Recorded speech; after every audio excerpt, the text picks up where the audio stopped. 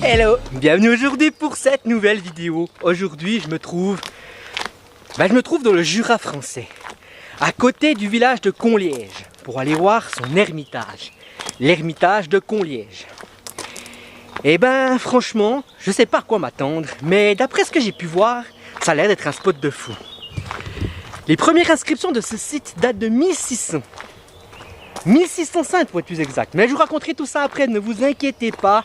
En attendant, moi je dois me diriger dans cette direction pour aller voir cet ermitage. On y va? Allez, on y va, let's go!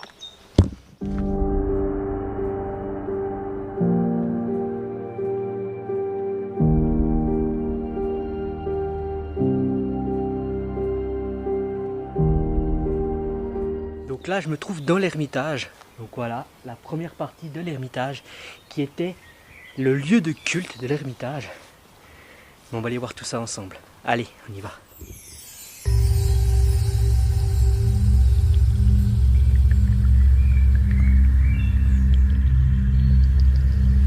Là on voit cette magnifique fenêtre avec son arche en haut. Franchement c'est juste trop.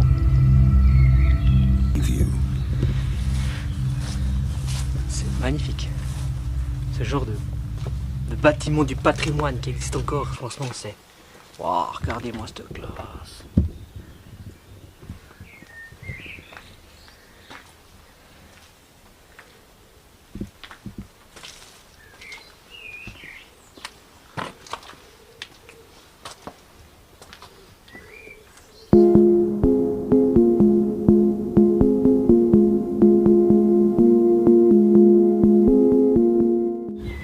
Franchement c'est juste un spot, c'est incroyable. Et regardez-moi cette vue de fou. Cette vue de fou qu'on a sur le village de Conliège. Regardez-moi tout ça. Regardez-moi cette vue de fou. Le spot est juste incroyable. Là je suis dans le jardin, donc le jardin de l'ermitage. L'abbaye, l'ermitage, c'est une abbaye mais c'est aussi un ermitage plutôt.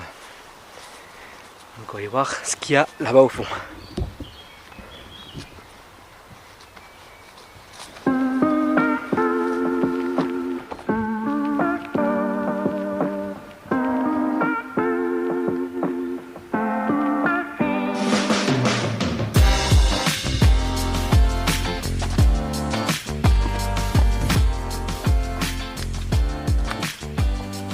Donc là on voit ce mur qui date de 1600. Voilà, c'est marqué danger éboulement. Ah ouais, on voit que le mur est en train de s'ébouler. On va pas aller plus loin. Mais franchement, regardez-moi ce porche d'entrée là. C'est juste hallucinant, magnifique.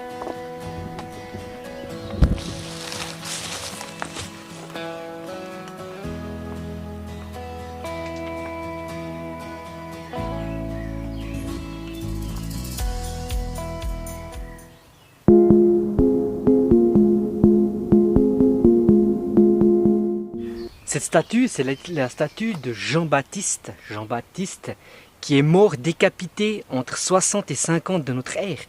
Donc ça remonte vraiment vieux.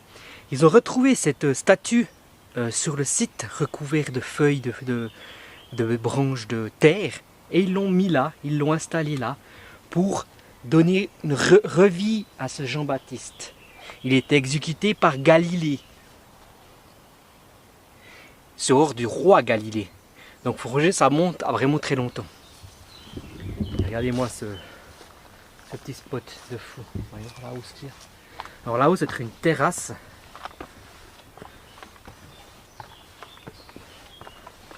Ah non, c'est les jardins. Regardez-moi ça, c'est les jardins. Magnifique. Regardez cette classe.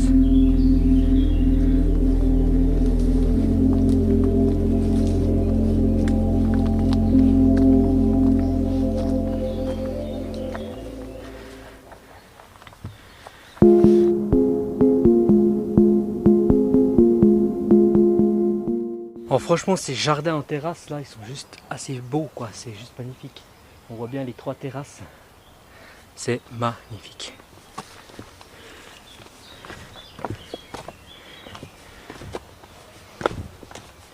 ce genre de site du patrimoine.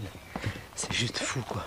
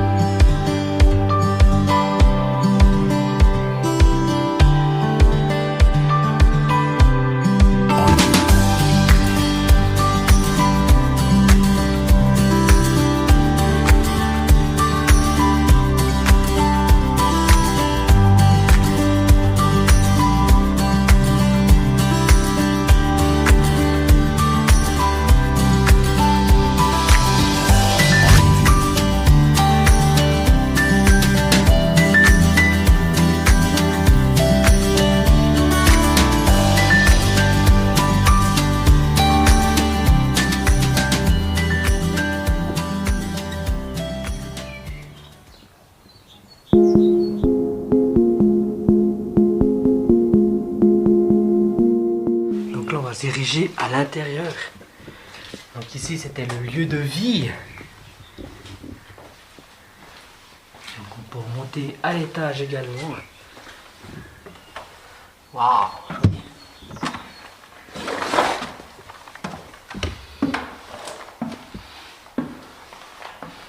Magnifique!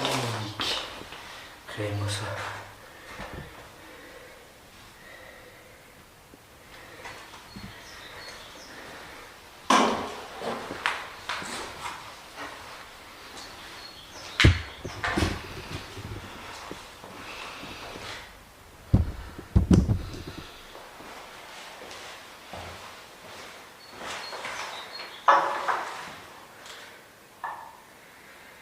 Je suis quand même toujours halluciné par ce genre d'endroit, parce que franchement, ça reste des bâtiments qui datent des années, celui-là de 1600, voire avant.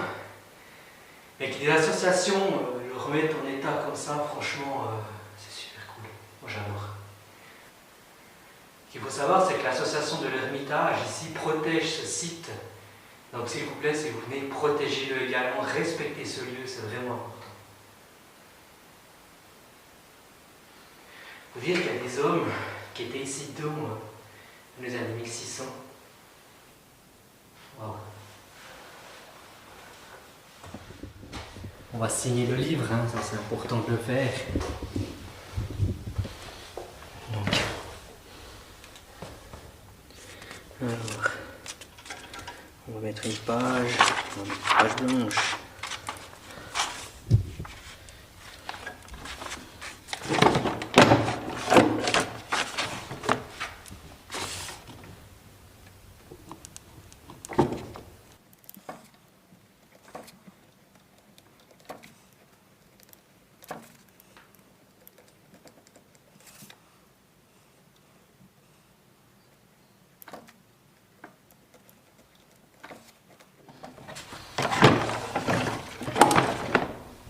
Signature avec mon passage.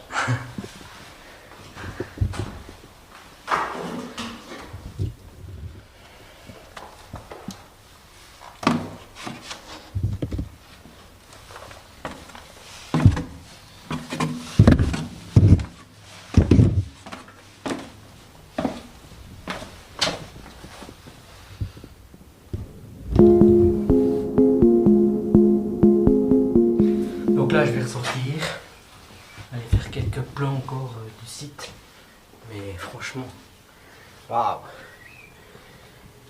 Franchement, je trouve ça tellement magnifique en fait. Je resterai ici des heures, quoi. C'est tellement beau. Bon, je vais vous raconter un peu l'histoire de ce site. Franchement, ça vaut quand même la peine que je vous le raconte en quelques mots, hein, parce que c'est très long et il y a une grande histoire. Alors, l'Ermitage est perché sur un plateau, qui domine la vallée. La vallée qu'on a vue là, c'est la vallée de la Vallière. Et cette abbaye, elle faisait également une première garde de la vallée. On pouvait y observer vraiment tout le secteur. Et c'est vraiment ici qu'on pouvait également, il y avait également ceux qui habitaient ici, ceux qui étaient ici en haut, ils pouvaient signaler des feux dans la région. Ils voyaient tellement loin à la ronde qu'ils pouvaient signaler également des feux dans la région. Donc comme je disais avant, la première inscription date pas de 1605 mais bien de 1595. Et après il n'y a plus rien eu jusqu'en 1605. Jusqu'en 1605 il y a le Claude Robin qui était le capitaine du château de Binon, un château qui se trouve à 3-4 km d'ici. Donc c'est lui qui érigea la chapelle ça c'était l'ermitage, la chapelle elle se trouve ici. Donc c'est lui qui érigea cette chapelle et qui construit ce chapelle en premier. Ce qu'il faut savoir c'est que cette chapelle était occupée pendant la Révolution française. La Révolution française qu'on connaît tous, on connaît tous l'histoire de la Révolution française, donc elle était occupée pendant cette période-là. Et après elle était abandonnée, elle était oubliée, plus personne ne s'en est préoccupé. Et voilà, c'est un peu triste de voir qu'on oublie ce genre de site. Mais durant cette période, elle n'a pas été oubliée car il y a des ermites qui sont venus habiter ici, il y a beaucoup d'ermites. Et eux aussi avaient le rôle de prévenir les incendies dans la région, donc c'était vraiment un site, c'est vraiment ce spot, il est vraiment surélevé, et puis on voit vraiment toute cette région, donc c'est vraiment important, c'était vraiment un site important, on pouvait vraiment voir tout ce qui était ici autour. Après, elle fut de nouveau oubliée pendant plusieurs années, et puis en 1836, entre 1936 et 1848, elle a été reconstruite par un ermite, par quelqu'un qui est venu ici pour s'y installer.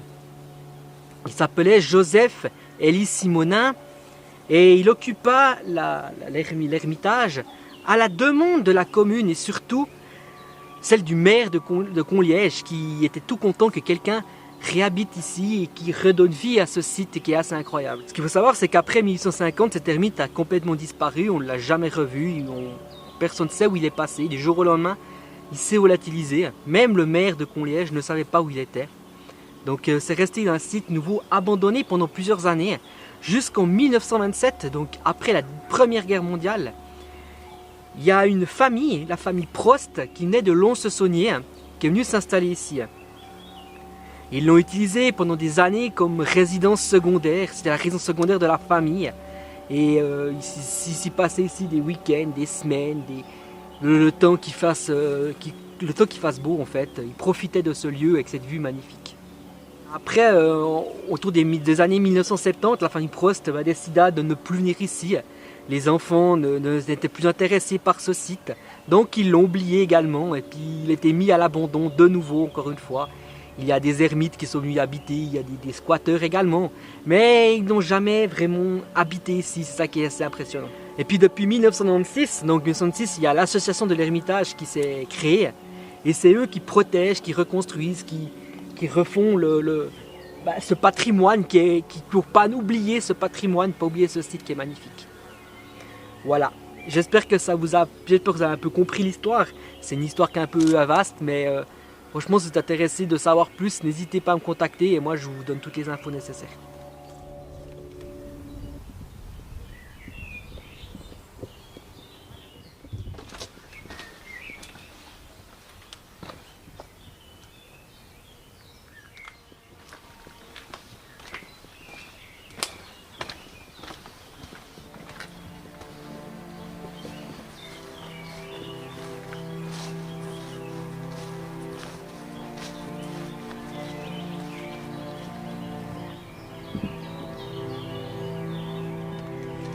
Voilà, franchement cette abbaye est juste magnifique. C'est un spot qui vraiment est trop beau. Franchement moi ça m'a plu quoi. Ça m'a plu. Franchement ce site il est juste incroyable quoi. Regardez-moi ce toit qui est fait en pierre. Et les pierres elles sont parfaites, elles sont bien équilibrées, parfaites. Regardez-moi cette classe. Ouais, franchement c'est dingue. Bon, voilà, c'est... Rien que le portique.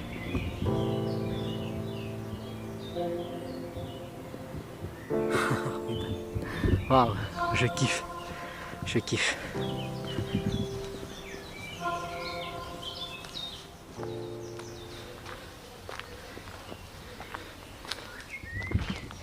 Voilà, cette vidéo est terminée. J'espère qu'elle vous a plu.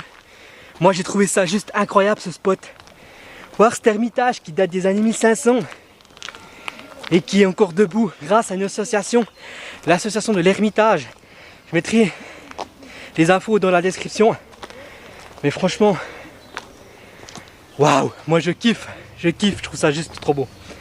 Bon, moi je vous dis à bientôt. Si vous avez aimé la vidéo, likez, ça fait du bien pour les algorithmes.